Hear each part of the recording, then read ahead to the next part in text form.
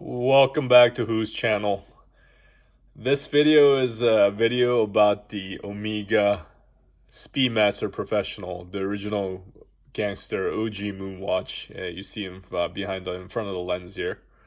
But this video is going to be mostly a discussion on the controversial and most popular watch release that's ever been.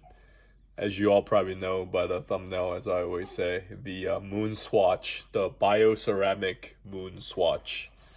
And I got the webpage up. I didn't queue in line the day prior or wait in line 24 hours to get in line to try to get one of these.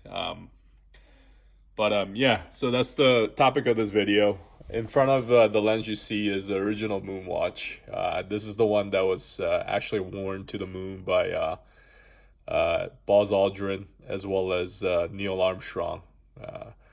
First people to be on the moon, and the Omega is the one that beat everybody out, including brands like Rolex and Longines, to be the official watch of the astronauts. And this version I have for many years now. I'll do another unboxing and a review video of this. And I'm quite the fan of the Speedmaster because, as you can see here, that's the main box that this thing comes in. But I also have the newest release version. This is the one with the dot over 90. This one, the original one, does not have the dot over 90. It's one of the differences. The case is also different. Again, I'm going to segue to off topic here, but I'll also do a comparison of my two Speedies here. But this one is different in another way, is that it's a sapphire sandwich. The original one, the one that was actually worn to the moon, is the Hesalite.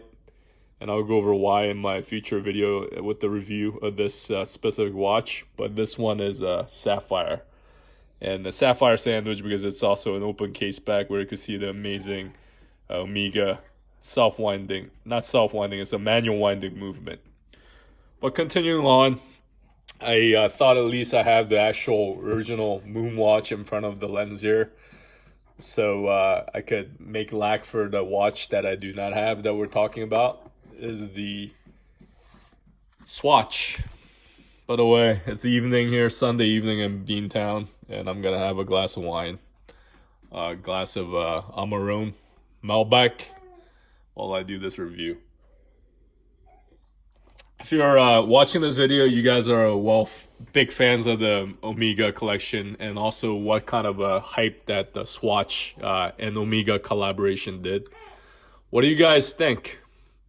So do you think this is a good move for Omega? I definitely think it's a great move for Swatch because, I think one of my very first watches that I ever owned as a kid was a Swatch. It's a kid's watch, but they have their own history and pedigree because I think most people, their first watches were Swatches. So, they have a very sentimental value to the brand. But I'm sure you already knew that Omega is pretty much owned by Swatch Group. I believe they own many different brands to include, obviously, the most famous luxurious brand, Omega. But they also own Swatch and Omega. They're the same company pretty much. And they did a brand, and obviously it was great for Swatch.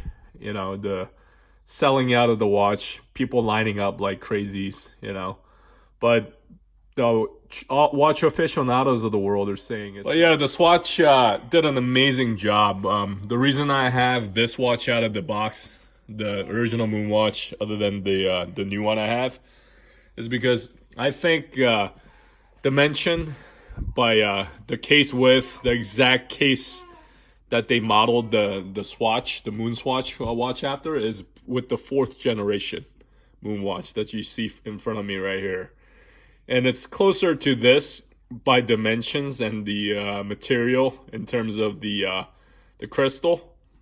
On the Swatch, it's acrylic crystal, so this is pretty much the same. It's a Hesalite versus here you see the sapphire. So only thing that's the Moonswatch is similar to the new Speedy that they just released about a year ago, I believe, is the dot over 90. Let me zoom in. See that dot over 90? Let me point so you guys fix your eyes where it needs to be. There it is, not over 90. Whereas the original Moonwatch, you see here, the 90 is, the dot is not over 90, but right to the right top corner of 90. Right there, you see that? Those are the little minutia details that only the watch enthusiast would point out. But that's the beauty of the watch collecting world, right? To know these specific details that a non-watch person would never even know or care about. So yeah, so Swatch was modeled after this, the case size dimensions, and to know what it'll wear, if you guys do not have a Moonwatch, it'll wear exactly like the original OG Moonwatch is what I like to say. Okay, and let me put it on here off camera. And 42 millimeters is a big watch. I love the dome size, dome effect the Hazelite dial cover has on this watch. But let's now go over to the Moonswatch here. They have the 11 planets, including Earth as well as the Sun, right? So mission to Uranus, Venus, Jupiter, etc., Mars, and Pluto. And as for me, I think I would go for Saturn initially because I don't know, I just like that kind of a cartoonish, kind of a novelty, pretty much effect of the Saturn rings around the 6 o'clock subdial. And it kind of speaks more to the Swatch brand of being kind of playful. But I would think every single one of these watches that they produce for the Moonswatch release, they hit it right out of the park. Okay, and going back to the controversy, I think it's great for Swatch because I don't think they've had a following ever like this, nor were they even ready for this kind of a release. But the watch snobs out there, and you could say I'm one of them maybe, but they're saying it's bad for Omega because they're watering down the luxury part of their brand, or the prestige of the brand. But I would argue otherwise, and here's why. Because Rolex, what I call it is unobtainium level of Rolex. How you're paying retail and you're getting a bargain because they sell secondhand for at least double, if not triple or more. Like the Tiffany dial, Datejust or Perpetual. I didn't really quite follow that model. They're selling for more than triple, I think. So they're selling for like 70 grand. So the scalper, if you will, the person that got it at retail, made a $60,000 profit. So that's just wrong. And Rolex, I think, is kind of playing into that hype of unobtainium. A guy like me, I have 22 watches to include luxury brands to all the way to, fake kind of homage watches like Heimdallr, if you read or saw my other reviews. But I can't get a new Rolex nowadays, especially not a sports model. But what Rolex did with this release and the collab of the century, I would say, with Swatch, is that they're saying, hey, here is a Omega Speedy. It's an iconic model of Omega, but we're gonna make it accessible to everyone that wants one. Because literally, look at the watch, guys. The dimensions and the watch is literally the same. Obviously, this is a coarse movement. This is the amazing, the manual wind movement that is Omega that passed NASA's stringent test to be worn on the moon by astronauts, making U.S. history, first people to be walking on the moon, right? But what Omega did with this release is not bad for the brand because they're for the people. People that don't want to even spend $300 on a watch. This goes for $260 retail. And I say to all those scalpers that have waited in line this last couple of days and bought however many they got and then flip it right around on eBay or whatever other source online for 10 times that price. I've seen as high as $10,000. Those are the lesser forms of humans, in my opinion, that live on this earth. But hey, that's human nature, right? I'm not going to blame them. But what I do feel bad for are those suckers that'll pay that kind of money for this kind of watch. It's not going to be a limited release, guys. Right now they're selling it in store, brick and mortar store only around the world. But I heard as early as next week, it's going to be available online, as well as it's not a limited release, guys. Okay? So unless Swatch goes back from their word It's not a limited release. So this is going to be accessible to everyone. And I think that's what Omega had, in the back of their minds, where we'll just do exactly the opposite of snob Rolex brand and just make it accessible for everyone to enjoy a watch of this caliber. Because another appeal of the Moonwatch is not only the pedigree of the history and Americana history, I would say, because we were the spearheading the race to the moon, in which we've won.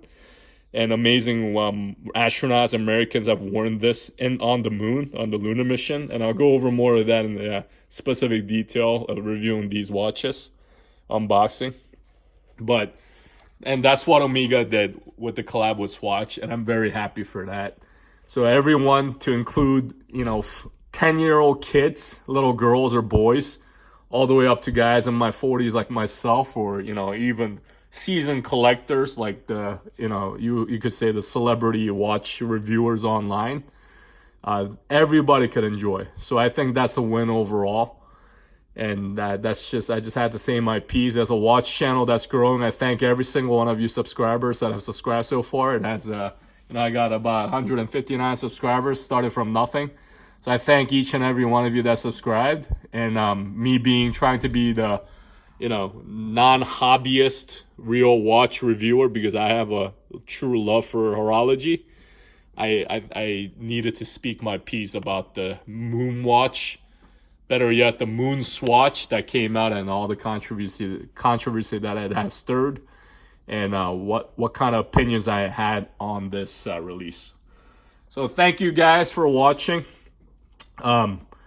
Looking at the Omega, these are the actual watches that I owned from Omega, and what are the beauties of this watch. You could go through, put your serial number of your watch, and you could go through the specs of the stringent testing that I went through in the factory.